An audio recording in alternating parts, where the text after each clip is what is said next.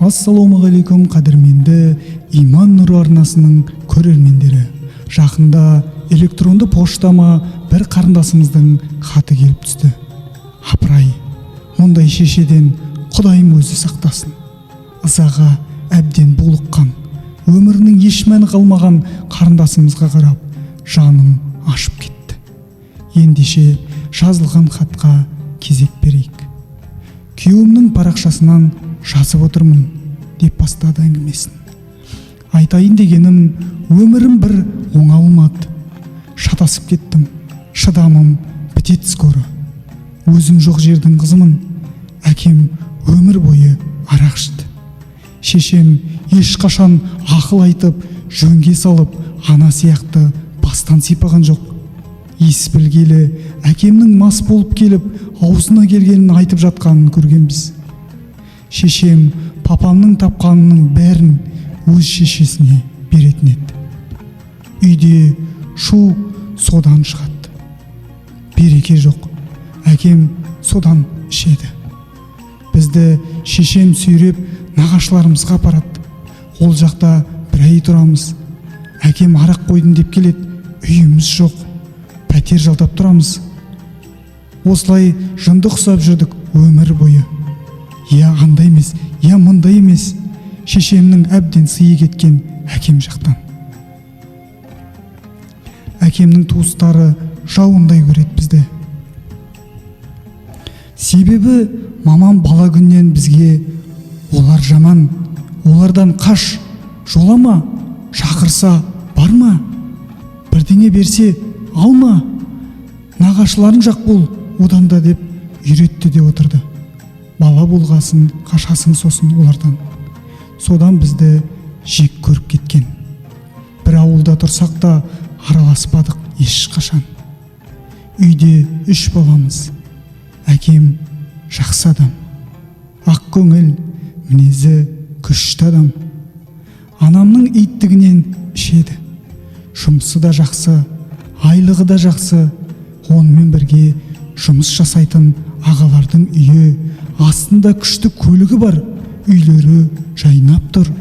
Біреуі дүкен ашты, біреуі подхозына мал жиды, енді біреуі монша салып қойды. Балалары да бақытты, үйінен ұзатып, үйлендіріп, жағдайларын жасап отыр. Қарасаң, қызығасың. Бізде не үй жоқ, не машина жоқ. Ладно, олар ең құрығанда оқуға да оқымадық қой, жұт қатарлы. Киінбедік те дұрыстап, қаңғып, квартира жалдап, сандалып жүрдік те қойдық. Әкем қасқа жұмыстан қолы тисе, арақ ішсе де шабашкаларды қатты істейтін еді. Сонда да жоқ. Анам ылғи папамның белі ауырды. Ағам машина алады, інім үйленеді. Шешем нансыз отыр. Сіңіліме бұзау әперем. Ананың анаусы жоқ, мынаның мынаусы жоқ деп өз төркінінің жоғын бүтіндеумен алысты. Бізді ойламады ғой сонда. Әкем ішсе 15 күнге тапсырып жібереді. Бейшараның жарты ғұмыры сол жерде милициялардан таяқ жеумен өткен шығар. Қасқа болып екі ортада еңірейтін біз. Сот пен милиция бізді жаттап алды ғой әбден. Өте келе қыз болдық. Анама қой десек қоймайды. Әкеме не дейміз? Маңдайын ашпады анам. Үлкен апам 11-ді бітіре сала ауылдың ар жағындағы ауылға күйеуге қашып кетті. Бір былықтан қашам деп сорлы, екінші былыққа басын тықты. Тең-теңімен ғой, дәл өзіміздей жұртқа келін болды. Қайта олардың үйлері бар екен. Біз құсап қаңғымай тар жерде. Күйеу балала, құда ғилы болып, әке шешем ретке келер, осыдан дұрысталармыз деп едік. Қайдағы баяғы жартас, бір жартас. Жаттанды әнді қайта салды екеу. Мен мектепте оқимын, класста жұпыны қыз едім. Дымым жоқ. Бәрінен сұраймын да жүрем. Сөйтіп жүргенде ортаншы апам мектеп бітіріп оқуға кетті. Ол жақта түсе алмады грантқа, бірақ қайта оралмады. Сол жерден кішігірім жұмыс тауып қалды. Мен де өсіп келе жатқан қызбын ғой. Маған іш киім, қызға керек жарақ заттарды әкеліп беріп тұрды. Оқы сабақты, біз түспеген оқуға сен түсші деп ынталандырып қоятын. Мен де бітірдім. Бірақ білімім аздық етіп, колледжге де түсе алмай қойдым. Апам ренжімеді. Қайта мені ақылы бөлімге түсіріп, 1 жыл 10 ай оқытты қайтсе де. Мен де жатпадым. Жұмыстың реті келсе, істеп жүрдім. Бітіріп, ауылға да келдім. Молодежный практикамен акиматқа кірдім. Алатыным аз ғана болса да, ауылда өзіме жететін. Үйім сол ғой, еш өзгеріссіз. Жұмыстан қайтқым келмейтін. Екеуін көрсем, өзімнен өзім көтеріліп ауыратын едім. Әке шешең жынды болса, байлап бақ демей ме? Бұлар жынды емес, ақылсыз, әсіресе шешем. Әкемнің жұртымен араласам деп қанша тырыссам да, олар бет бұрмады маған. Нағашыларымның түрі анау. Көрсе тек бірдеңені жырып қалу, мен жарып жүргендей ақша жоқ деп проблемадан басқа дым айтпайды. Махаббат қуып, өзім қатарлы қыздардай жігітпен де жүрмедім ешқашан. Себебі ұсқынсыз сеп-семіз едім. Тамақ ішпесем де құтыла алмай қойдым сол семіздіктен. Нағашыларымның бәрі қайыр сұрап жүріп, шет-шетінен дәу өздері. Солардың ғаны ғой тұқым қуалаған. Сөйтіп күндердің күнінде пәтер кезіп жүріп, бір қос үй болады ғой, жабысып жатқан бір-біріне. Сондай үйге көшіп келдік. Көрші үймен кірер есік жағаласып тұр. Жақсы адамдар екен көршілерде. Үйде әке шешем хайвай шығарғанда сол үйге барып қонып жүрдім. Үйінде үйленбеген 30-дан шамаласқан жігіт бар. Мен 19 жасар қызбын. Ол үлкен кісі сияқты болып көрінетін маған. Менің бүкіл жағдайымды біледі ғой, аянышты көзбен қарайтын. Вақтовой жұмыста істейді, сондықтан анда-санда көретінмін оны. Бір күні шешем бір еркекпен үйде тыр жалаңаш жатқан үстінен түстім. Басында әкем де ойладым. Кейін менің артымнан әкем кіріп, сонда барып түсіндім басқа біреу екенін. Содан айқай басталды. Әкемді қатты аядым. Шешемді жек көріп кеттім. Тіпті мама демей атын айтатын болдым. Сол айқайда әкем оны өлтіріп сабады. Мен араша болып екеуін тоқтаттым. Әкемді милициялар алып кетті. Шешем дым болмағандай жүрді. Бірге отырып аста ішпейтін едім онымен. Шамалы күннен кейін әкем келіп еді, оны кіргізбей қойды. Әкеме мен бөлек шығайық, өзіміз тұрайық деп едім. Я деді де тағы ішіп кетті. Не істерімді білмедім. Құдайдан күні-түні өмірімнің өзгеруін сұрайтын едім. Жылап жатып, жылап тұрам. Үлкен қыз болсам да, жүйкем біткен ғой әбден. Төсекке ылғи жіберіп қойып жүрдім. Молдаға қаралдым, ауруханаға да бардым, қоя алмадым. Әлге шешемнің ісі жиі түсіме кіретін. Соған ашуланып түсімде қынжылып, өңімде жіберіп қоям. Өз-өзімнен ұялдым. Қалаға барайын десем, пәтер құны ұшып тұр. Ауылдың күні осы, шыны керек. Не бай алса екен, не Құдай алса екен деп тілейтімін. Мынандай отбасында жүрген қызды қай жігіт алсын? Өзімді әбден жеп бітірдім. Бір күні үйдегі бар дәріні алып ішіп қойдым да ұйқыға жаттым. Оянбасам екен деп арман қылдым. Есімді жисам, аяқ қолым қалтырап, кәдімгідей өліммен күресіп жатыр екем, жан даусым шығып. Көрші үйдің әйелі жүгіріп келіп, скорый шақырып, мені аман алып қалды. Асқазаным күйіп, біраз күн больницада жаттым. Содан шығып, қара басқан адамдардың қасына тағы келдім.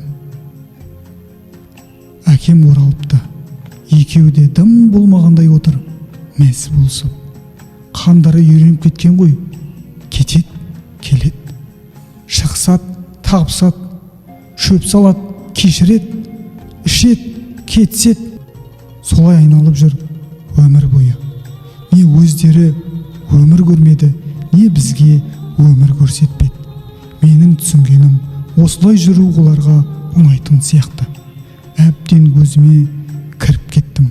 Ешкіммен сөйлеспестен әлгі көрші үйдің сақа жігіті бір күні келіп, давай екеуміз үйленіп алайық. Сен де жалғыз, мен де жалғыз. Одан да бірге болып отбасын құрайық деді. Әрі ойландым, бері ойландым. Мені басқа кім алады? Бұйырғаны осы деп, соның қолына кіріп алдым. Үй іші де таныс қой, қуанып қарсы алды.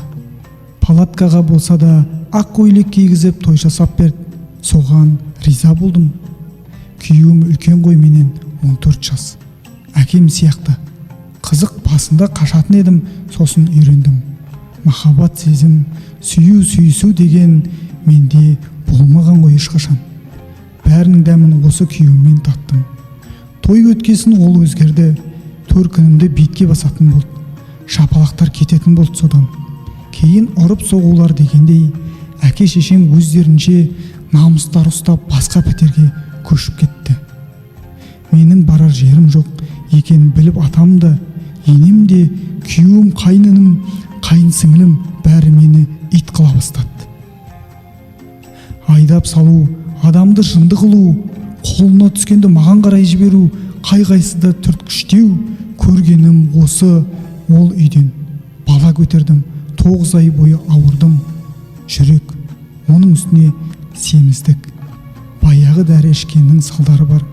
Бәрі шықты сол кезде. Әйтеуір ұлды болдым.